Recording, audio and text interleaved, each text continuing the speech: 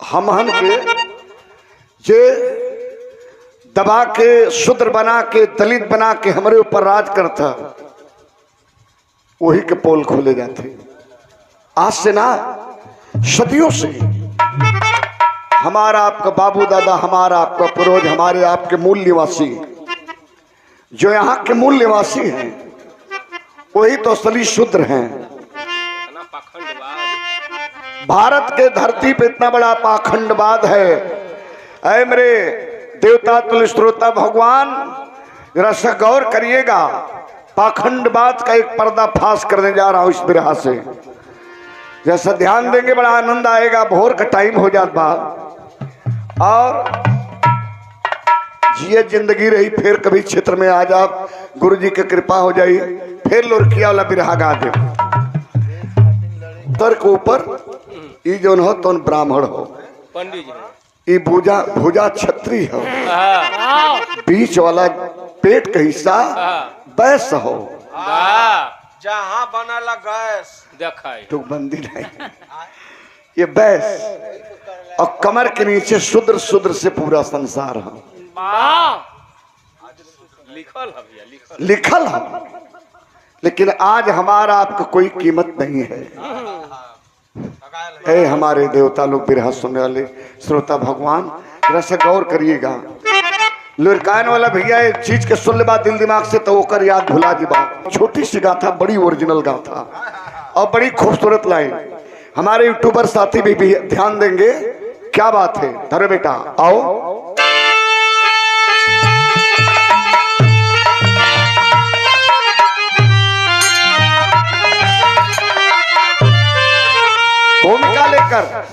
भूमिका लेकर कहानी चली।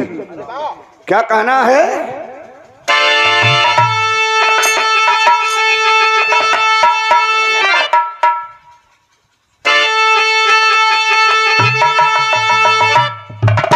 लंका जीत प्रभु श्री राम,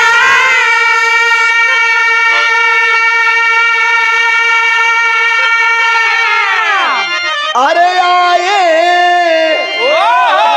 अवधपुरी के धाम, हर्ष में ए भैया हर्ष में सुरपुर डूबा शोकित हुए लला।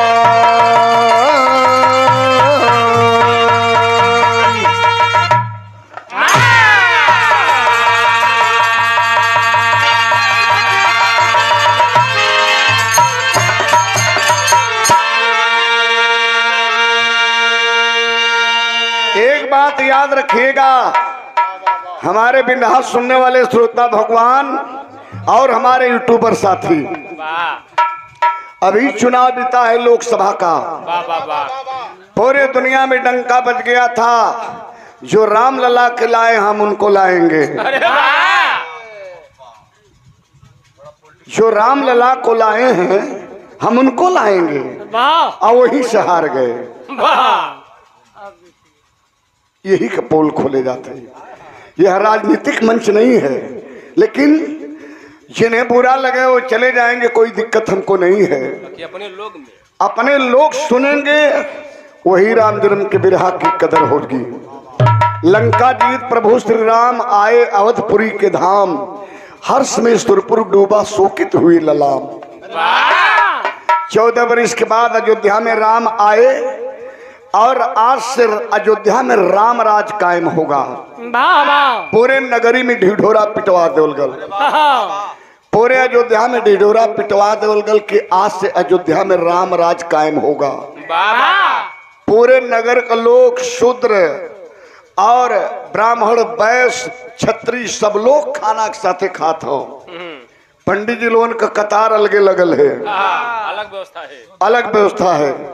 आज जौन दलित हो, मूल निवासी हो, शूद्र हुआ, मूल निवासी, मूल निवासी का मतलब समझत हुआ 6743 धरती पे जो जातियां हैं मूल निवासी हैं।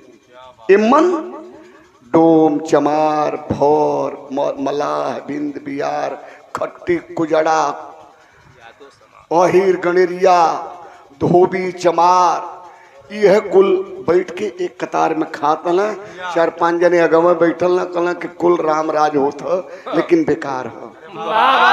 राम सीता सिंहासन पर, हनुमान जी के लेके गदा हर तैयार, एक लंगे सुग्रीव हुए, एक लंगे अंगद हुए, एक लंगे गुरु वशिष्ठ हुए, पूरा दरबार खचाखच भरल हो।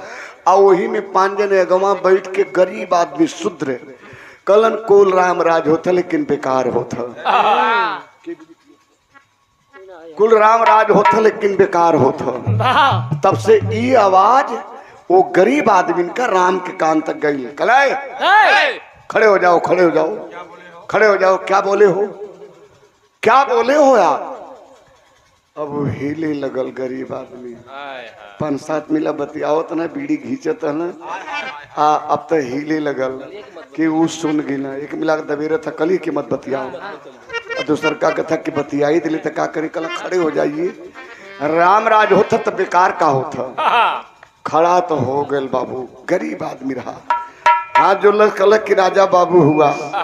असली बात बता दे तो हमके बाहर झुकवा देबा, कोल्हू में बाल बच्चा पेरवा देबा, कलक कत्ते ही नहीं, मैं राम हूँ और राम राज कायम हो रहा है। आज के बाद अयोध्या नगरी में बाघ पकड़ी एक के घाट पर पानी पी है। हाँ बताओ क्या राम राज होता तो का बेकार होता। अब वो गरीब आदमी जौन कहले पंचो, यही से कहानी शुरू हो गई। का कहले मुन्ना, अब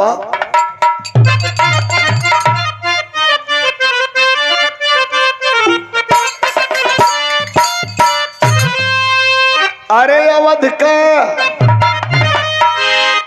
का बिगाड़ दहल पानी आई, सीतवा धोबी आई रघुबर,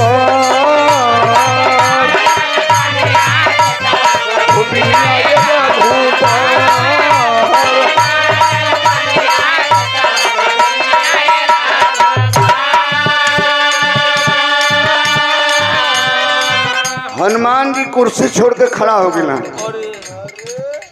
सीतवा सीतवा कह रहे हो, नहीं जान तो सीता नाम किसका है? जगत माता जानकी बगल में बैठी तो सीतवा कैसे कह दिया? वो गरीब आदमी कहला, सरकार हम जगत माता जानकी के ना कहते, हम तो सीतवा धोबिन के कहते। और लेके गदा खड़ा हुए, कलम मतलब कलम वह खाना खाते, जहाँ रसगुल्ला छेना पूरी मिलत है वह खाते। कलम मतलब कहा मतलब बताओ तो बताओ तो। 12 बरिस पहले वो कर मर गयल सजनवा,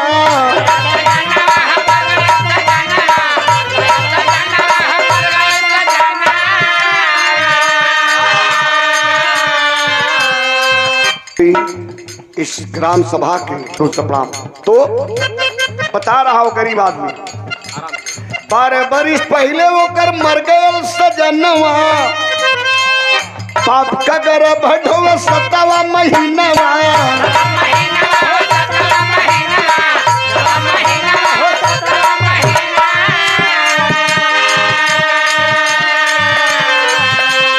के कर सकैल सिन दनिया, सीतवा धोबिनिया ये रघुबर।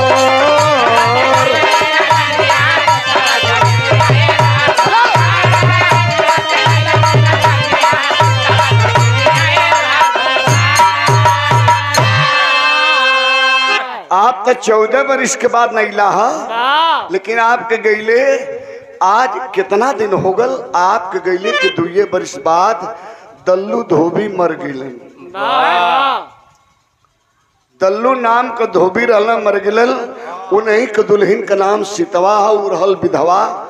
बड़ा दिन तक विधवा का जवानी खेवलस, ठीक है चलत रहल, लेकिन यह भी चीज देखत है जा 7 महीना शुक्र पेट में गर्भ हो और विधवा है।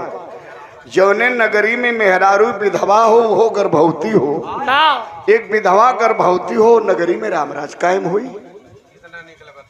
ये तो ठीक नहीं लगा था।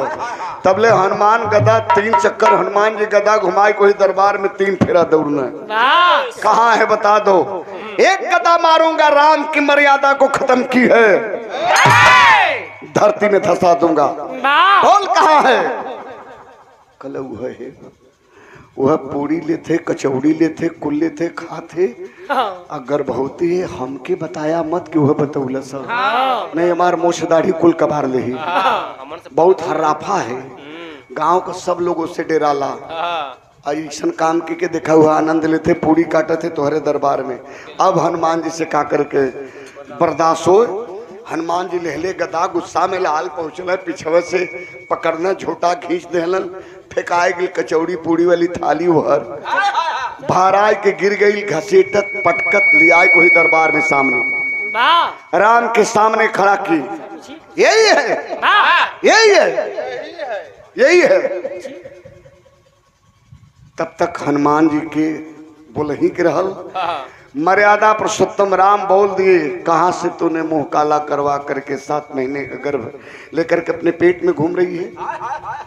बता दे, दरबार के लोगों को बता दे, छोड़ दूंगा, कोई सजा नहीं दूंगा, केवल तो अपना गुनाह कबूल कर ले। कहला सरकार कुल बता दे, पहले हमार भाई बारवा तो छोड़वा, यानी झोटवा पकड़ के पेरत हुई तो छोड़े। राम संकेत के हनुमान जी बाल को छोड़ दिए, छोड़ दीजिए, छोड़ दीजिए। अच्छा तक खड़ा भइल बाबू, 7 महीना का गर्भ पेट में रहल, रोवे लगल, जर्जर जर्जर रोवे लगल।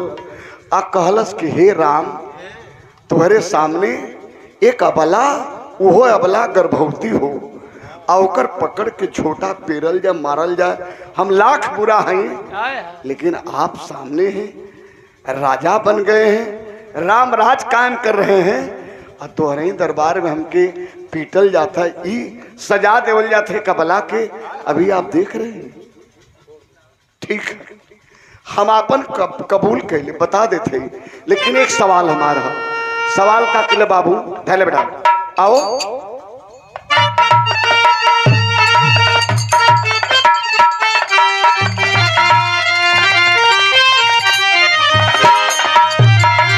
परमानंद पूज्य गुरु जी, हमार बात सुनी, हम गलत है, लेकिन जो हमार झोटवा पेरत है, पटकत है, मारत है, इनसे हमार सवाल है दरबार में। का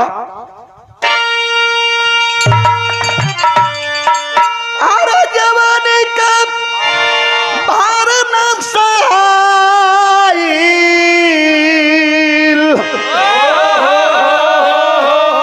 तब भारी कैली पने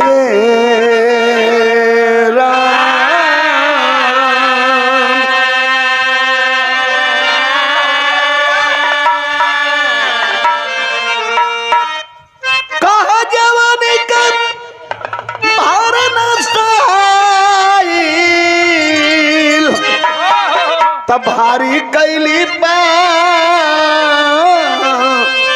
पनेरा।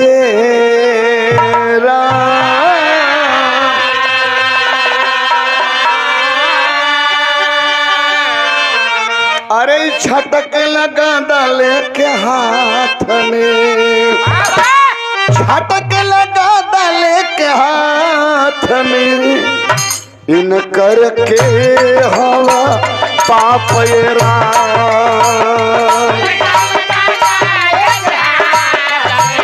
इन करके हवा पाप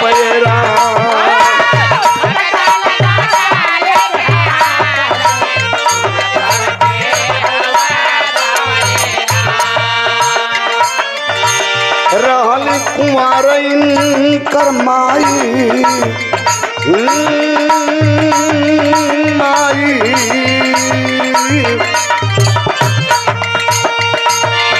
रहल कुंवर कर माई, तछेना गईली खा इन्हें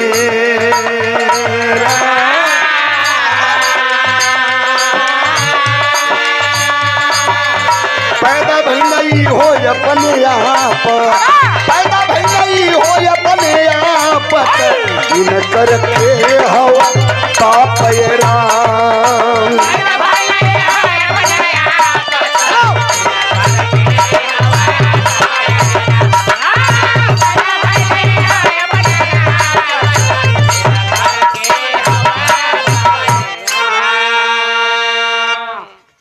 हमसे जमानी के भार न सहाइल तो भारी कली पापे राम।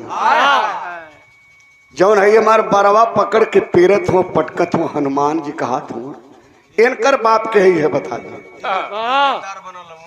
हमसे तो पाप है आज जवान हमारे साथे गलत काम कैले हो वही दरबार में कहीं हो वो हमारे बिरादर है नानक नाम होकर धोबी हो और वही के संगे हमार का कदम खाली ऊंचे पर गल।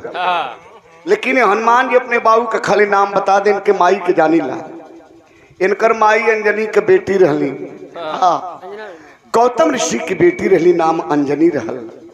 बचपने में इनकर बाबूजी शराब दे देना पिता का शराब पा करके अंजनी छोड़ दी गांव घर चली गई जंगल में कले के तो के कुंवारेपन में तू माई बन जेबू कुंवारे रहबू माई बन जेबू। ई गौतम ऋषि का श्राप रहल अपने बेटी अंजनी की। अंजनी इनकर माई रहली कुंवार इनकर माई तो छेना गई खाई राम पैदा भइले इहो अपने आप तो इनकर के है बाप ए राम। खाली इतने बता दें कि इनकर बाप के है। अंजनी कुटिया बना के रहत हली इनके कुटिया मालूम है के गल के शंकर जी और विष्णु जी ब्राह्मण भेष में। अच्छा ये लोग ब्राह्मण भेष बनौले कब जब वही जंगल में विष्णु भगवान मोहनी रूप बना के मोहनी के भेष जब बना के शंकर जी के दिखौले तब भोलेनाथ का पूरा इंद्री डोल गई बीर अस्खलित होए लगल धरती चिल्लाए लगल कि हम एक ना ले आकाश ऊपर से चिल्ला था कि हर मत फेंकिया जा हम हूं ना ले। ई रामायण में लिखल हो ई रामायण में लिखल हो सीतवा धोबिन बताओ थी कि रामायण में लिखल हो तो धरती नहीं ले आकाश नहीं ले तो शंकर जी के वीर के दोना बना के बाभन के भेष बना के लोग जंगल में घूमत घूमत घूमत वही कुटिया पर गई जहाँ अंजनी मर्द के डर से कोनो मर्द से भेंट न हो हम कुआरे में माई न बनी वही मर्द के डर से वही कुटिया बना के जंगल में चले जन लोग पहुंचल हैं कल पानी पिया दो हम लोग ब्राह्मण है पानी पिया दो हम लोग विप्र हैं तो अंजनी पानी लेके ली तो शंकर जी विष्णु जी कहलन कि तुम गुरुमुख भइल हो। कहले बाबा हम तो कोनो बाबा लोगन से मिलबे ना कैली कोनो मर्द के मुँह ना देखली जबली बालिक भइली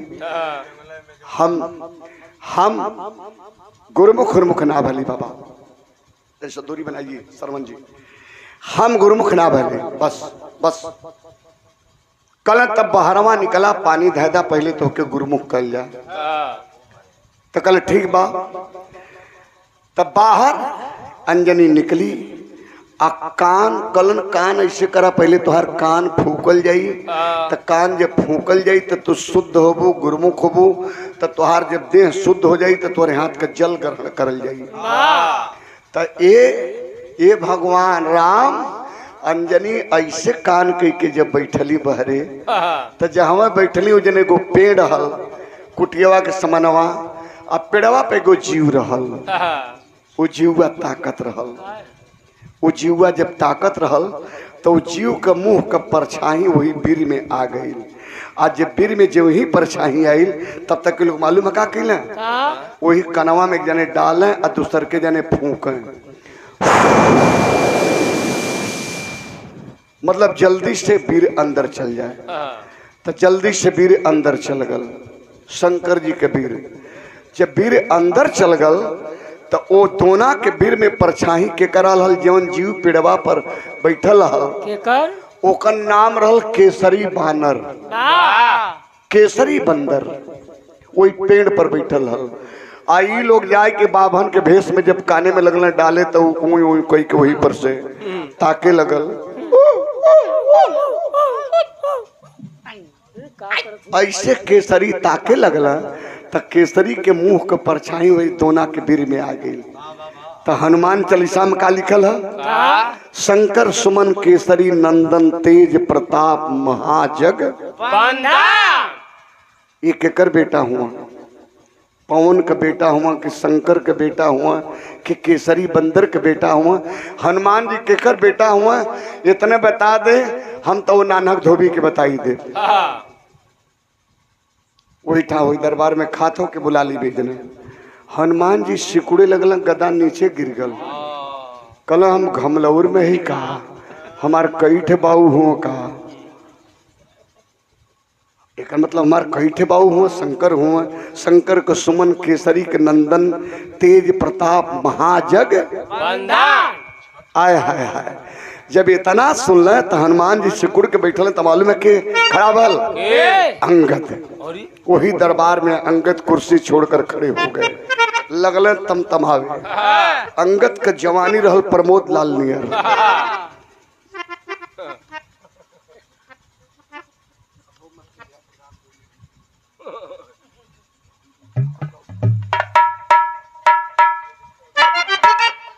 छलकायला राजा, अरे 2-4-10 बरिस का जवानी है, छलकायला। और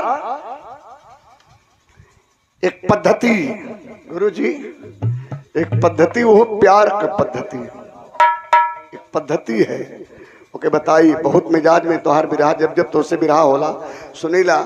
वो दिन जन्माष्टमी में उनके बिरहा तल गुरुजी देव कहा कि हम ही रहब, हमन कहल जा हम ही रह जाए। और पानी ऐसे ही वो लगल है वाटर प्रूफ, और नीचवा से पानी का धारा चल, कुर्सी लगल है, पब्लिक बैठल है, कोनो कोनो तो ईटा लगा के बैठल है कनई में। राम जन्म प्रमोद के बिरहा होत रहल जन्माष्टमी के दिन। आज तो बरही में गावत नहीं जा, तो बड़ा प्यार मिलला, छोटा भाई हो। और आने वाला कल जो है बिरहा की गरिमा इन लोगों के कंधे पे सर पे है। आने वाला कल जो है युग रहा गुरु जी का, युग रहा स्वर्गीय रामदेव गुरु जी का, युग रहा बेचन भैया का, सिमरत उस्ताद का। इन लोगों का युग चल जब आगे बढ़ल ता आगे लल विश्वनाथ, दुर्जन, मुन्ना, जवाहिर, दीपक सिंह, इन लोगों का भी युग निकलल। आगे मिस्टर विजय लाल यादव, ओम प्रकाश यादव, रामशीष पासवान, राम जन्म, बालचरण जैसे कलाकारों का युग। यह भी युग जाएगा। आने वाला कल आपके कंधे पे बिरहा की जिम्मेवारी होगी। कभी मत बिरहा के लिए हड़किए, मत कहिए। मंच के माध्यम से कहेंगे तो लोग सुनवैया लोग यह कहिए यूट्यूबर भैया लोग हुए, अरे यार लगत है गावत गावत अब प्रमोद लाल के ले ली हम कुल गवावत गवावत। कभी नहीं, पाक जिसन माई दूध पिउले तो चढ़ के हम गाई, जब तक चली खूब मिजाज में चली। कभी मत सोचिया, मत कहिया।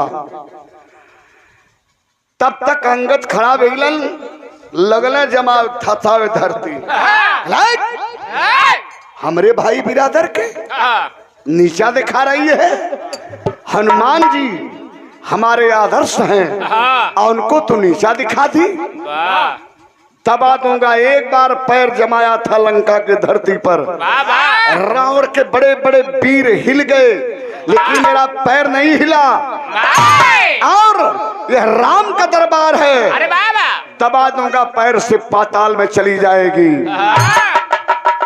कल के हुआ अंगद बड़ी धैर्यता से, गर्भवती सीतवा धोबिन कहल के हुआ अंगद। कला हाँ बाली पुत्र अंगद, बाली पुत्र अंगद हूँ। कल सुना ये बचवा, सुना तो बाली पुत्र अंगद हुआ तनी सुना, हम जानत है का कहल बाबू। गीत बदल गई, कौन गीत बाप?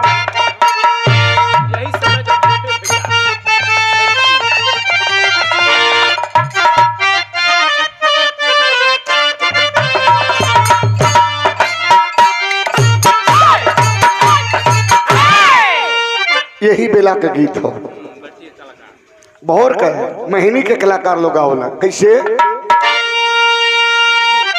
एक दिन नदी के तीरे आ जाता रहली धीरे रे धीरे,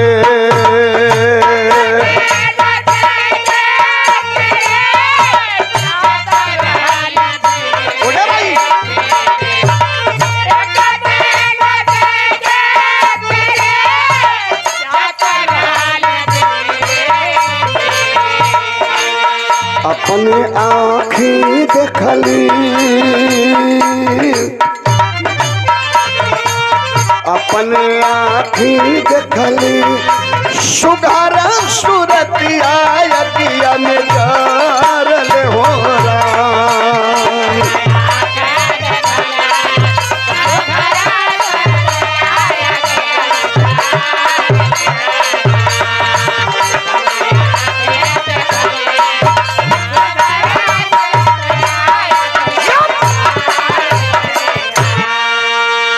इत गीत रहा, लेकिन वही दरबार में सितवा धोबिन कहे लगला अंगद के लिए। बड़ी कोटेशन वाली बात है। का कले बाबू आओ सखे जिन हम सब धारा, अरे माई तोहर मंदोदर की तारा,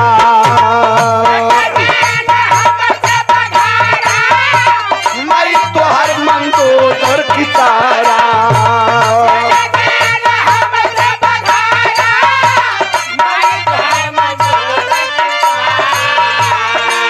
तनी बतादा हमके, तनी बतादा हमके बाबूजी का नौआ तोहर न जानी ले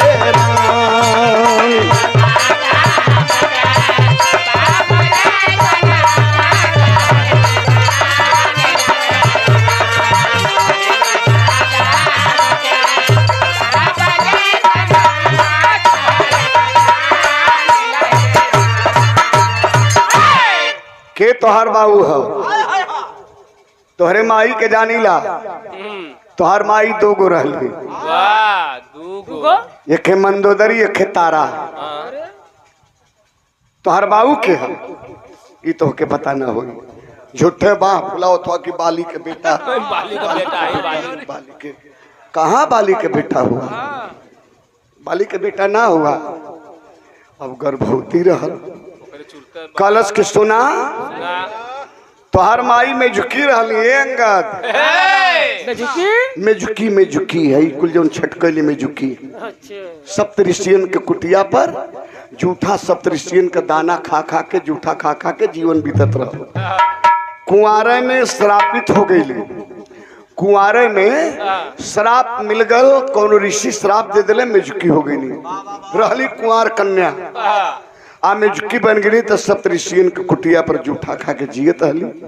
संजोगे रहल कि एक रोज दहेड़ी में दूध आहारा पधई के आ दूध का लहर आग का लहर तनी जब कम हो गई, दूध मंद मंद खौलत रहल तो सप्तऋषि लोग नदी में चल गए नहाए। रविंदर बंदेवी वाला हुआ ना, अरे बैठा मर्दवा मरद हुआ, भोर होगा सुतत हुआ लगत है जैसे कोनो पंडित जी हुआ। बैठ के सुना बेटा। ए भैया चल गए सप्तऋषि लोग नहाए, वही राम के दरबार में धुगनिया अंगद का पोल खोलत है। आज जब वही गईला लोग नहाए तब से ना पता कुटियावा पे गो विषधर सांप, बड़ा जहरीला सांप घूमत घूमत आयल। वही दूधवा वाली दहेड़िया जौन अहरावा पर दहेड़िया रहल, वही दूधवा के दहेड़िया में विष छोड़ के फिर लौट गल, जहर छोड़ दिलस। अम्मे झुकी के रूप में तोहार माई देखता है। ए अंगद तो समझ गई कि जेकर अन्न खा के हम जियत है आज सातों मर जी तैलोन का जान बचाई हम, तब अन्न का शरीयत पूरा हुई। जे वही लोग नहा कैले नदी से खाना सामने परोस गल, आज जे वही थाली में दूध लेवे चलने लोग सप्तऋषि लोग, वही दूधवा के दहेड़ी में तोहार माई कूद के पौड़े लगली, तैरे लगली। रहल गरम दूध उनके मर जाए के चाहिए, लेकिन वो दूधवा में तैरे लगली। आज जब तैरे लगली त ऋषि लोग दिमाग लगो ना कि अरे मिजुकिया जो रोज छटक छटक के जूठवा खातल है, आज एकर दिमाग लगत है खराब हो गल, हमन के दूधवे में कूद गई। आ कूद गई तो जर के मौरत नहीं है, एक तो फ्राई हो जाए के चाहिए, लेकिन ये जौन बा वही में तैरत है। तो दिमाग लोग सप्तऋषि लोग जब ध्यान लगौले कहलो हो यह तो कन्या है, यह तो श्रापित कन्या है। तो सप्तऋषि लोग ए अंगद तोहर माई में झुकी थे कन्या बना देना। आज जब कन्या तोहर माई बन गई तब पूरी बात बता देंगे। हे ईश्वर, हम तो इसलिए अपनी जान दे करके आप सबका जान बचा रही थी, आप लोगों के दूध में विषधर ने जहर छोड़ दिया था। आए आप लोग हमें नई जिंदगी दे दिए, तो आप सभी लोग हमारे पिता हैं, मैं आप सभी लोगों की बेटी हूँ, यहाँ से हमको भगाइएगा मत। अब वही कुटिया पर रह के वह सप्तऋषि कन्या चौका बर्तन करें, लोगों का खाना बनावे, ऋषि लोगों का नगोटी कचारें, कपड़ा साफ करें। धीरे धीरे 16 बसंत जब पार करे लगली तो मालूम है का भल, एक रोज नदी में ले जाके 7 ऋषियन का नगोटी साफ करता नहीं ना, कौने ऋषि के नगोटी में मरी सूख गल हल, बाबा ई मरी का होला भैया, सपन दोष बलल वही नगोटिया में सूख गल हल। हम कहीं कीड़ा वाली मरी जन होला। हां वो से कर पड़ कोनो ऋषि के सपन दोष हो गल वही में मरी सूख गल हल, और के रगड़ रगड़ के छोड़ाओ तने ना छूटल त लड़की के बुद्धिए कितना उ दांते से लगली खींच खींच के छोड़ावे, त मरी के रस जौन है दांत से छोड़ावे में चल गल गर्भाशय आ जाए के चाहे ओके आमाशय में, लेकिन वो चल गल गर्भाशय में ही लिखल हो। अंजनी के कनावा में शंकर जी के वीर जब डालल गल तो वो चल गल गर्भाशय में, काने में से वीर डलाल तो गर्भवती हो गई, तो हनुमान जी हो गल कनावा में वीरिया डलने से ई लिखल हो। और जब नगोटी के वीर का अंश वो सप्तऋषि के कन्या के पेट में जब गए तो धीरे धीरे 7-8 महीना का, 6 महीना तक, 3 महीना तक पता ना चलल, 4 महीना तक पता ना चलल, 5 महीना जब पता चल गल।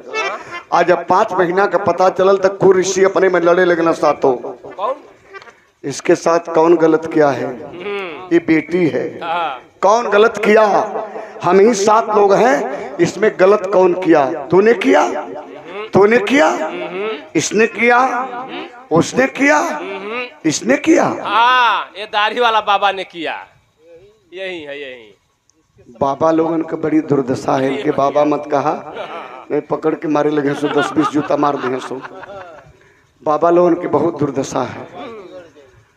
ता लोग कलन की ये इज्जत के ढांक के कहीं हाथ में कोई के धरा दा। अभी 5 महीना का गर्भ पेट में, तो 2 ऋषि चले, एक जाने चलन तो लंका के राजा रावण के यहाँ गए, कल रावण राजा है, हमन कल जी के सप्तऋषि की कन्या है तो ले लेगा, अपना लेगा, शादी कर लेगा, क्योंकि खूबसूरती रावण का पसंदीदा है, और लड़की खूबसूरत है। एक जाने चल गए रावण के पास, एक जाने चल गए बाली के पास, दुल्ही एक दुल्हा 2 ठे आ गए। आए भैया जब 2 दुल्हा आ गए तो रावण अपने और गर्जे, बाली अपने और गर्जे, हम शादी करब, रावण कहे, बाली कहे हम शादी करब।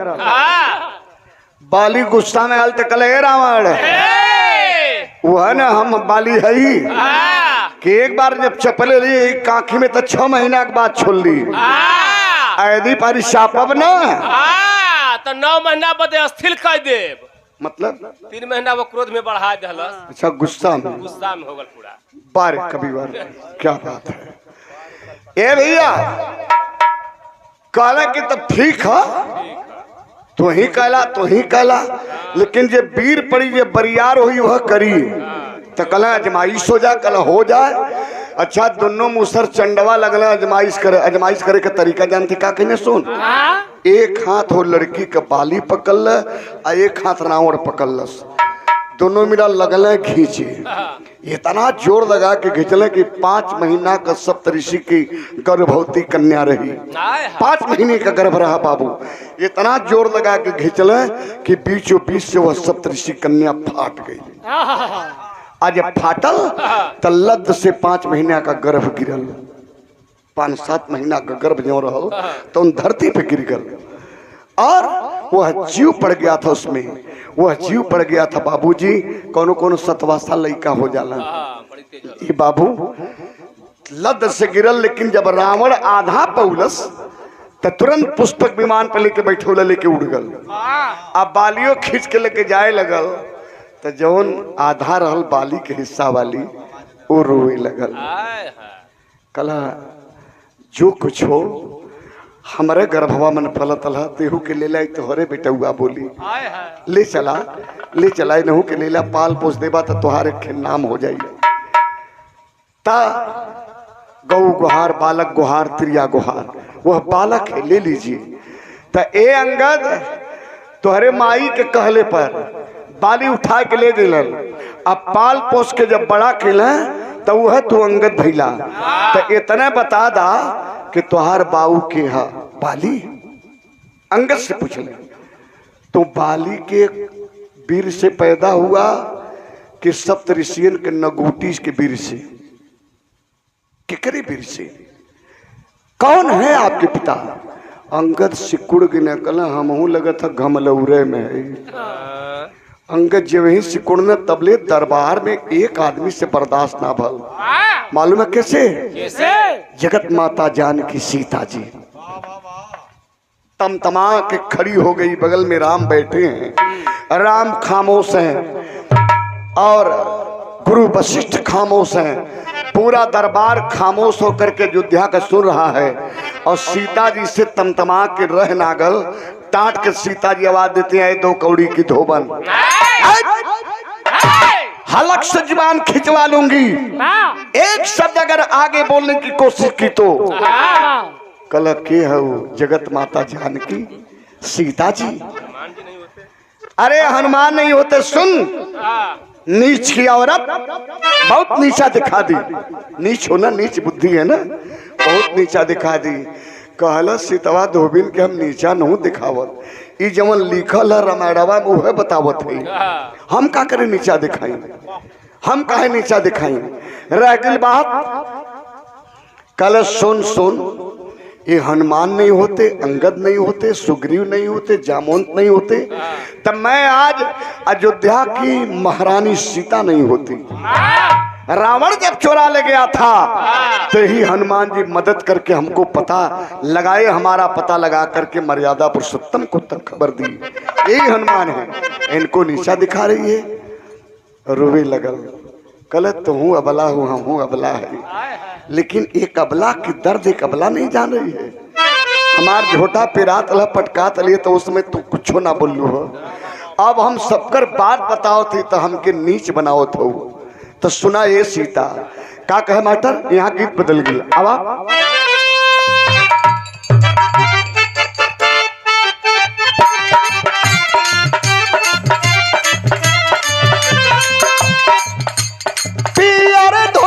मखमल के चोलिया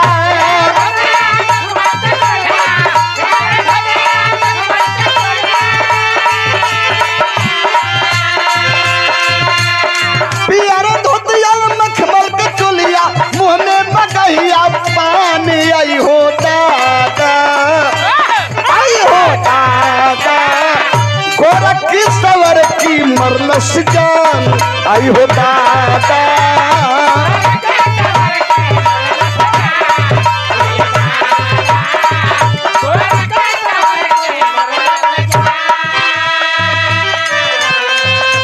सुना सीता तू अबला हो हम अबला है।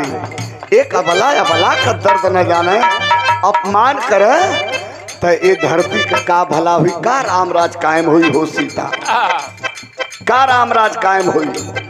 जब एक अबला का न दर्द जानी तो रामराज कायम का हुई? कहले का कहले बाबू, हम हूँ अबला तो तू हूँ अबला।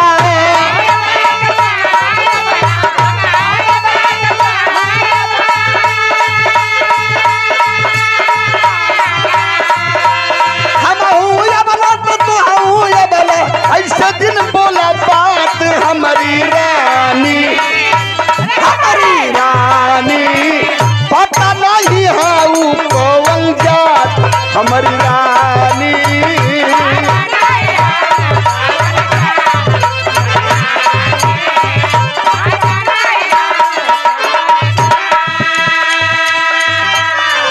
कौन जात हो? राम से ब्याह हो गए तो छत्री हो। राम तो छत्री हो। तोहरे जात का पता नहीं है, हम धोबी नहीं, अयोध्या का धोबी नहीं, विधवा है, गलती कई के गर्भवती है। लेकिन तू कौन जात हो ये सीता, कौन जात हो इतने बता दा। राम से बियाह भल तो छत्री नहीं भइलू,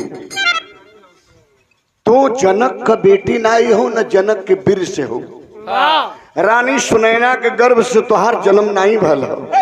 सुना हम बताओ थी का कहे,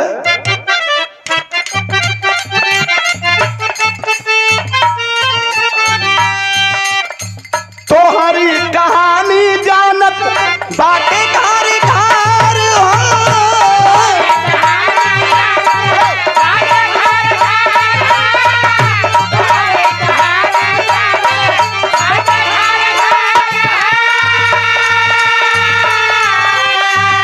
राजा जनक जी लावत हलहार हो,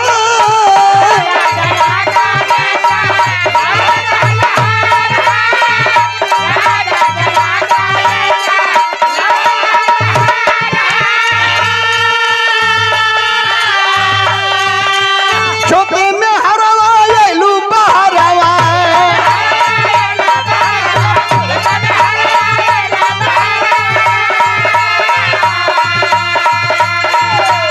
चौके में हरवा एलू बहरवा, तोहरो कायो कात हमारी रानी, हमारी रानी, पता नहीं हाउ कौन जात हमारी रानी।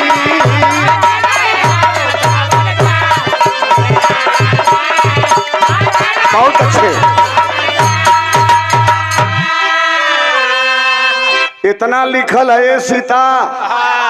जनकपुरी में एक बार 12 बरिस का सूखा पड़ल हल, कोनो ज्योतिष आके बतौना सोन कि राजा जनक जी और उनकर रानी सुनैना नंगा होके 12 बजे रात्रि के सोने का हल चलई है, तब पानी बरस जाई।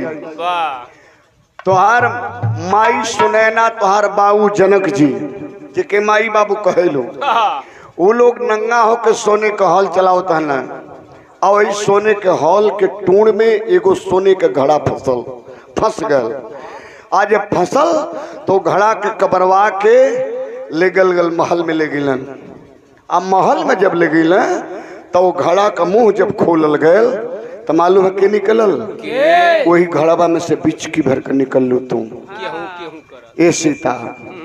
अब वो घड़ा में कौने बिरादरी का खून मूत भरल हल, वीर भरल हल, के करे बिरादर, कौन बिरादर, डोम ढरकार चमार खट्टी खुजड़ा यही गड़िया बीन बिहार पासी तेली तमोली, कौन बिरादरी का खून मूत भरल हल सोनवा के घड़वा में जौन से तू पैदा भैलू।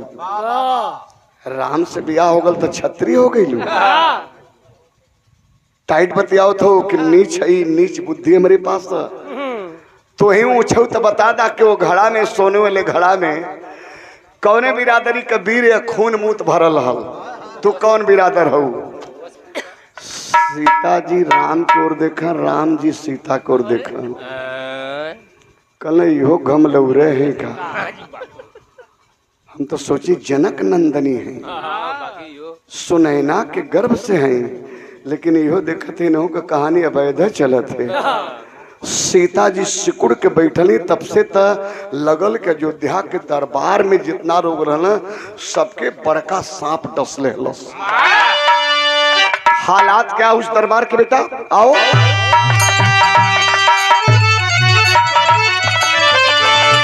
अरे अयोध्या में, ए भाई अयोध्या में सन्नाटा छा गया, छाती करक उठी चुभ गया, कलेज काटा काटा काटा काटा काटा, छाती करक उठी चुभ गया, कलेजे काटा, अयोध्या में सन्नाटा छा गया। ये दे दा भैया, ये कहते थे भैया थोड़ा सा मेहनत के ना अगली बार तब फसल ना घमलौर में काटी की चाटी की। अच्छा कितनों बढ़िया पहलवान है, जब ताव पर दावे भुला जाये। तो भैया हम गावत थे बिरहा हमार बिरहवे भुला जाए, अब तू बजाओ था जोड़ी जोड़ी के डंडवे टूट गए तो का करबा तुम। हाँ सही बात है तो भैया मैं 40 रुपया कम है। ई कंवर रेट तो लगला कम हो तो वह मिलाए के तू दे दिया, तोहरो काम चल जाई। हां अच्छा एको किनारे तो लाश शर्म लगे। तन को ना है चला हुई अगवा पूछे हुआ के बगलिया में तब से जो रोजी डब्बू के बेटा भेंट करा देंगे। अयोध्या में सन्नाटा छा गया, छाती करक उठी, चुभ गया कलेजे कांटा। हाय हाय हाय हाय, अब तो राम को खड़ा होना पड़ा बाबू, जो पुरुषों में उत्तम मर्यादा पुरुषोत्तम राम कहा है। उस दरबार में उन्हें खड़ा होकर के बोलना पड़ा है सीता धोबिन, सीता धोबिन। अब अगर कुछ बोल दी तो हलक से जुबान खिंचवा करके जिंदा गड़वा दूंगा। चल बस बस बस बस, ये तो सुन ले चाहतली है। होगा रामराज कायम ना, होगा रामराज कायम, असली रूप दिखा दिला ना तो लोग बड़कावा हुआ। छतरी बाभन यह कुल करबे करना, धोबी चमार धरकार के साथी यह करबा। हमार जब उधेरे के रही तो खुदबा हमके कोको लो करबा, आ तुहार जब उधराए लगल तो हमके जिंदा गड़वा देवा, दीवाल में चुनवा दिला। यह पंडित जी छतरी लोगन का हाल है। गौर करिएगा बाबूजी लोग। कल राम जिंदा गड़वा दा तुहार राम राज कायम हो जाई। लेकिन याद रही इतिहास के पन्ना में, रामायण के पन्ना में, रामायण के बात तो बतौते है, लेकिन इतिहास के पन्ना में रही कि धोबी रहल, विधवा रहल, और राम राज कायम जब होत रहल तो ओके जिंदा जमीन में गड़वावल गए। गड़वादा यहाँ तर्ज बड़ी कचाकी लगल है। कल अपन बात सुनला ओकर बाद हमके गड़वा दिया। तर्ज कौन बेटा आओ।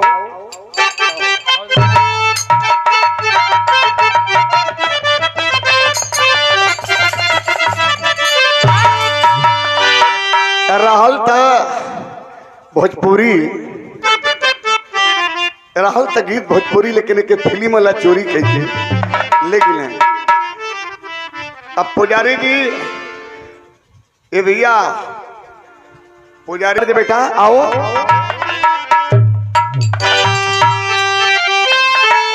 मोरे मोरे गले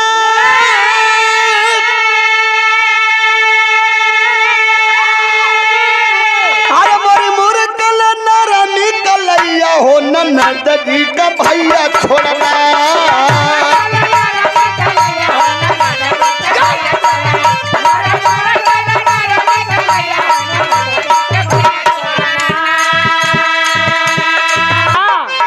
अब तक जिंदा गड़वा दे बात तुहार राम राज कायम हो जी। लेकिन एक बात सुनाए राम, अब इन तो सीता की बात बतौली है ना, तो सीता सिकुड़ गई।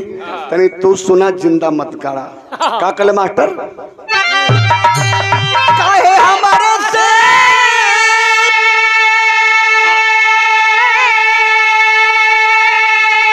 काहे हमारा सिर पतारा रार हो कबार दे बंगाल मुर्गा।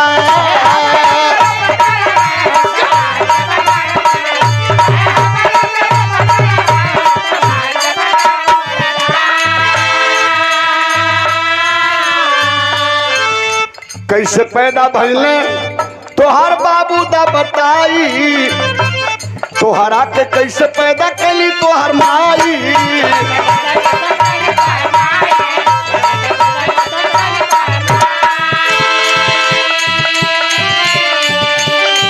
हवा खिरिया से पैदाइश तोहार हो कबार दे बगावल मुर्गा।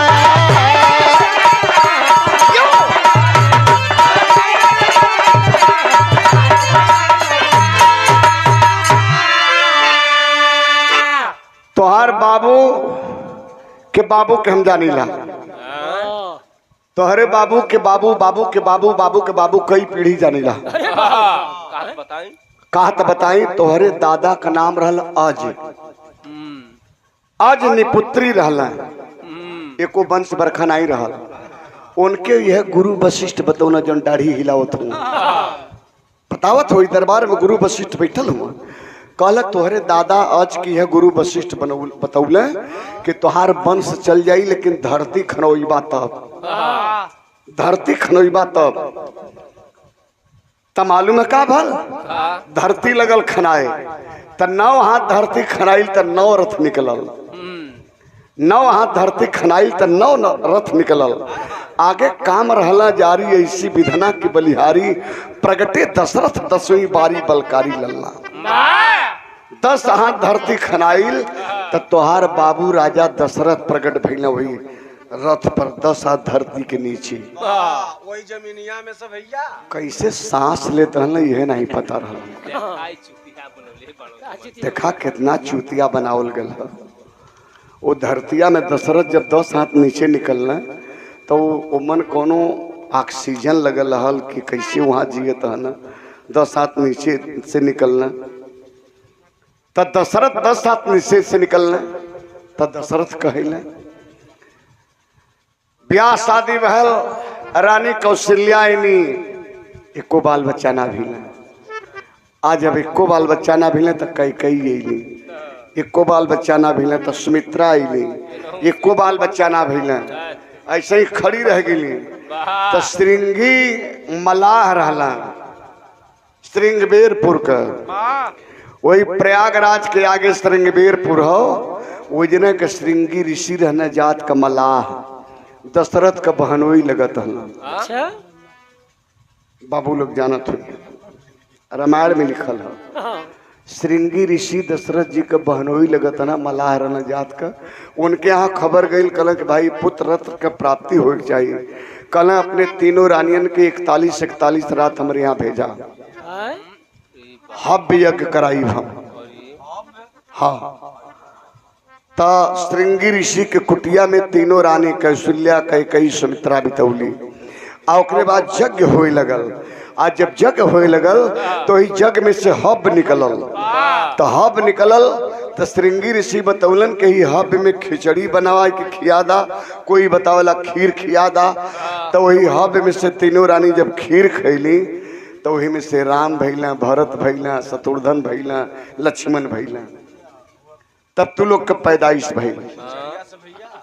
राजा दशरथ के वीर से तो लोग नहीं हुआ, तो लोग श्रृंगी ऋषि के हब से आ कर्तव्य से। हब जब वो कर्तव्य दिखौला तो हब निकलल।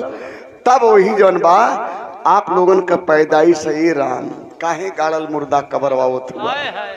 अब जब इतना कहला राम के लिए तो राम के ओर अब सीता ताकत है। का हो का प्रभु बड़ा हमारे ओर दिखावत अल्लाह कि तुम घड़ा से हो, हम तो घड़ा से ही, तू तो खिचड़ी से हुआ।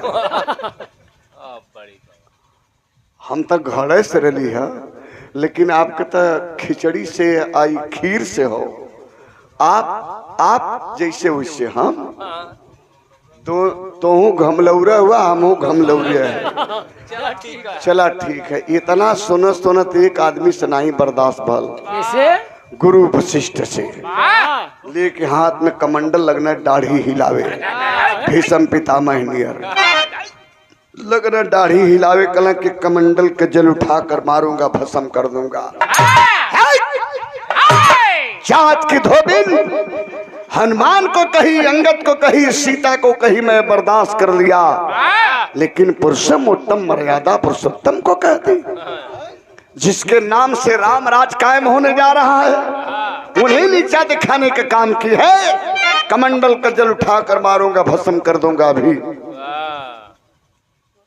कल गुरु जी हुआ, कला गुरु वशिष्ठ हूँ, खानदानी गुरु हूँ, राम के कई पीढ़ी से गुरु हो, 10 पीढ़ी से भस्म कर दूंगा, इतना पावर है। कल तब का करें गुरु, ये कुल हम अपने घर वाला मैडवा छपली है कि रमैडवा में लिखल के बतिया दरबार में धैली है।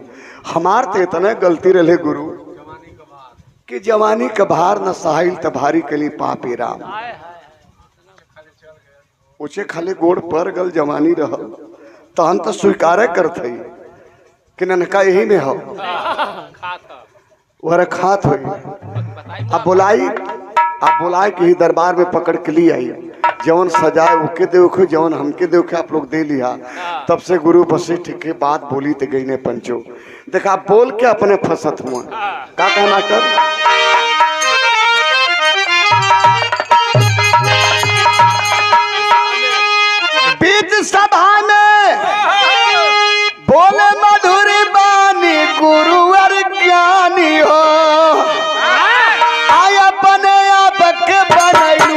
होई सयानी गुरुवर ज्ञानी हो।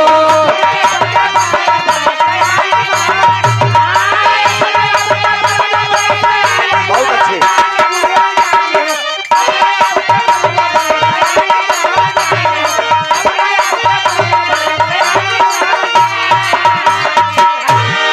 नहीं तो का सजाए होई, नहीं होई फांसी हो। साफ साफ तू बया कर दे, ये धर्म कहाँ पे नासी हो। कल बता दे, जहाँ धर्म मार बिगड़ल है कहीं दूर न हो बिगड़ल। मथुरा में अब प्रयाग में न हो बिगड़ल, बिगड़ल है अयोध्या में। हम हमें है आ यही दरबारे में बोलाई ननका के हव हरे खात पियत। लेकिन तू गुरु सुना तोहरा हम जानी ला करदानी गुरुवर ज्ञानी हो। आप बीच सभा में भइले पानी पानी गुरुवर ज्ञानी हो। अब तो गुरु का दाढ़ी हिले लगल। हमार का जानत है बाबू कथे तोहरो जानी ला हम। अब तक गुरु का दाढ़ी हिले लगल पंचो। आप लोग कहब कि बिरहा है कि हंसी है। बारे रामायण बारे वेद का भेद जरा सा गौर करिएगा पंचो। विद्वान आप लोग सब लोग हैं। यह कपोल बात नहीं गा रहा हूँ। रामायण की लिखी हुई बात बयां कर रही है। गरीब आदमी एक मेहनत कश मजदूर आदमी जब अपने औकात पे आ जाइए कि हमके मर जाए क्या तो कुल बात कह ले जाइए। केवल औकात पा जाई तब कि हमारे पीछे केहू नहीं है, हमें मर जाना है। धुमनिया यह सोच ले कि लोग कुछ ना करिए बहुत करिए तो हमके मुआ दी, बहुत करिए तो हमके केवल सजाए मौत फांसी दे देंगे और कुछ नहीं कर सकते हैं। जब ये औकात पे उतरल तो सबकर पोल खोल के धै देलस। कल तोहरो जानी ला, कल का जानली तनी बताओ। अब कमंडल का जल नीचे धै देना, जौन कहता ना कि जराए दे मार के भस्म कह दे ओके नीचे धै देना। कल बताओ बताओ। अब गुरु वशिष्ठ के और राम देखें सीता देखें आ गुरु सर नीचे कह के सुनत हो धबुनिया लगल गरजे वही दरबार में। कहला बड़ा तो सबके बदे जरावे ला ई करला उ करला, आज हमके जराए दा तब जानी तोहरे कमंडल के जल के ताकत के। का कहे बेटा आओ।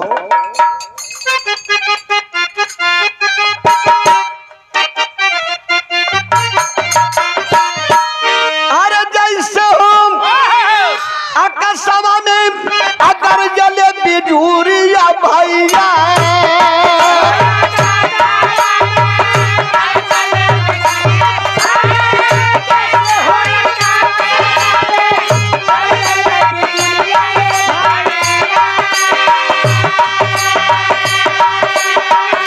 मन भोला धारती आकाश घारा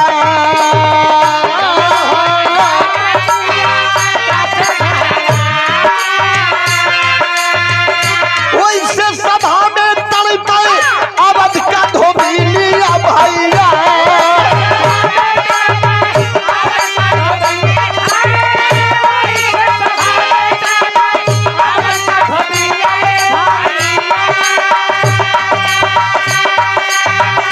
गुरुवर वशिष्ठ जी सुनेला शीतला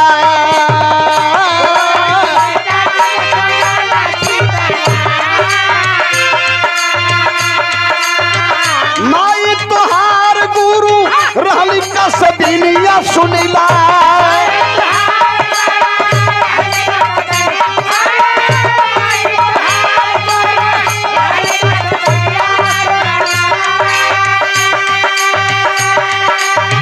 बाबूजी का नाम वाला बने देवा हो बेटा।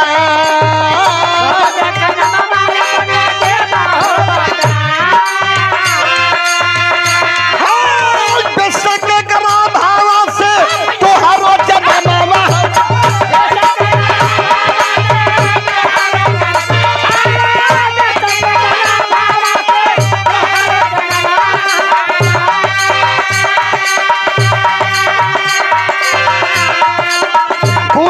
सीता सिरावा झुका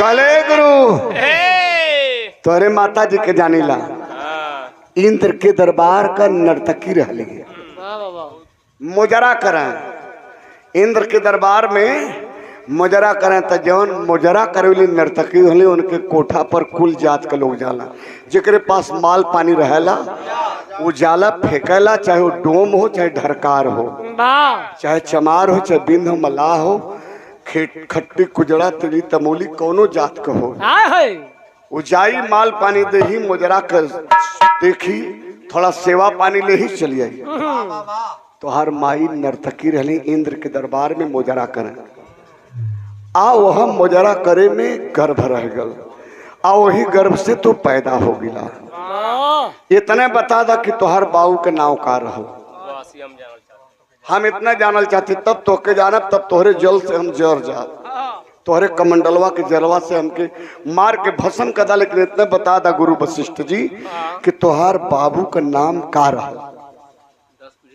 तोहरे माई के हम जानी ला तो 10 पीढ़ी से गुरु खानदानी गुरु हुआ है अयोध्या के दरबार का लेकिन इतने बता दा कि आपके पिताजी के रहल केकर बेटा आप हुआ तो हर माई नर्तकी रहली इंद्र के दरबार का कसबिनिया रहली आय हाय हाय हाय अब तक गुरु वशिष्ठ लगल कि धंस गिने धरती में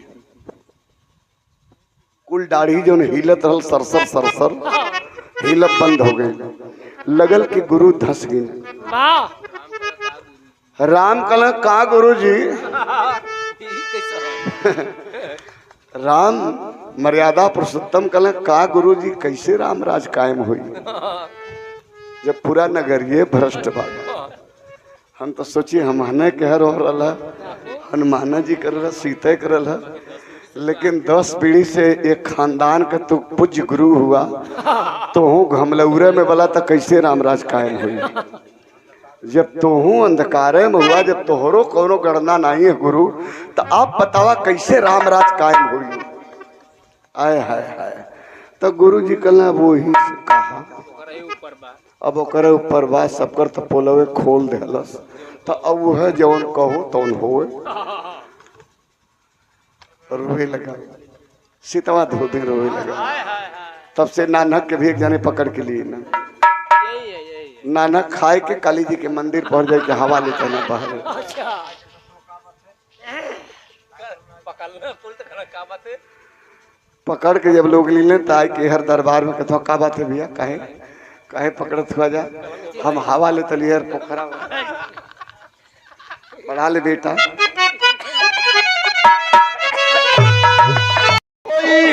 हमसे सरकार हो अब से अपन हम इरहानिया सुधार हो पकड़ के लिया कि नानक धोबी के कलश के हिला सिंदूर और डाला हमारे मांग में अब गलती न हुई अब तू भरे दरबार में जब हमके आपन बना ले बात में गलती नाम का कोनो सवाल नहीं है लेकिन एक बात औरो कहले पंचो जौन आकाश सत रहल का कहले मास्टर आवाज हम ना सुधरब तो काई समाज सुधरी माफ कैदा भगवान तू न दानी हमारी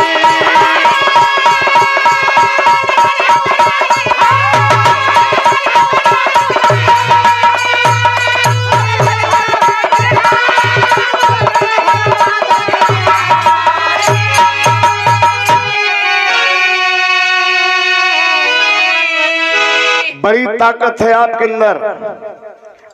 अंदर बहुत बड़ी ताकत है पहले राजा रानी के गर्भ से पैदा होता था राजा दशरथ राजा रहे अयोध्या के ओकरे बाद राम राजा बन गए तो रानी के गर्भ से राजा पैदा होता था लेकिन बारे बाबा साहब डॉक्टर भीमराव अम्बेडकर जिन्होंने संविधान बनाया बाबा साहब ने ऑपरेशन कर दिए कि अब राजा रानी के गर्भ से नहीं पैदा होगा अब राजा को यह जनता पैदा करेगी और आपने पैदा करके दिखा दिया यह ताकत मऊ आजमगढ़ की काजीपुर की पूर्वांचल की ताकत आप लोगों ने दिखाने काम किया आपके अंदर तो वह ताकत है आपके अंदर वह ताकत है कि 2 कौड़ी के नेता को 200 करोड़ में बिकने के लायक आप बनाते हैं 2 कौड़ी के नेता को 200 करोड़ के में बिकने के लायक आप बनाते हैं, लेकिन आप कितने भोले भाले हैं, 5 किलो राशन पर बिक जाते हैं। मत बिकिए, 27 आपके सामने है, 27 आपके सामने है। अपनी भला अपनी बहन बेटी की आबरू हम लोग अगर चाहते हैं तो कमर कसना होगा। हमारी आपकी बेटियां, हमारी आपकी बहन, हमारी आपकी माँ सुरक्षित नहीं है मेरे साथियों, सुरक्षित नहीं है। बड़ा डर है। बेटी निकल करके रोड से जाएगी कॉलेज पढ़ने के लिए, शाम तक बेटी हमारी घर आएगी कि नहीं आएगी, यह आताताइयों की सरकार चल रही है। पेपर में, मोबाइल फोन पे डेली न्यूज आप देख रहे हैं निश्चित रूप से। तो देखिए और सुधरिए, आपके सामने है। आपके अंदर बहुत बड़ी ताकत है, बहुत बड़ी ताकत है। धोबिन जात की ताकत दिखा दी, सबका पोल खोल दी। यह बिरहा गाने का मेरा एक ही मकसद था कि आप विचार करिए हमें आपको कितना गर्दिश में डाल करके रखा गया है। हमारे आपके नेता जब कुर्सी से उतरते हैं तो गंगा जल से कुर्सी धोवाई जाती है, वह रूम गंगा जल से धोल जाला। तो हम शूद्र हैं ना, इसलिए अय हमारे शूद्र साथियों, अय हमारे मूल निवासियों, विचार करिए। निश्चित रूप से नहीं विचार करेंगे तो आने वाला कल हम लोगों का बड़ा दुखदाई होगा। आखिरी में कहना कैसे मास्टर, गुरुजी मोहम्मद राम सेवक सिंह सुबदन की बानी कथन करे हरिद्वार संगमिका बेचू ज्ञानी।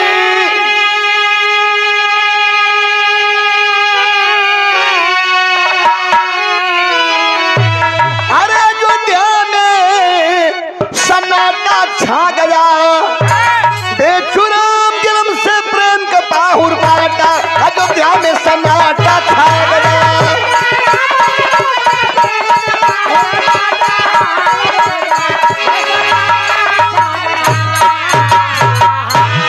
बहुत बहुत धन्यवाद, आप सबको बहुत बहुत से प्रणाम।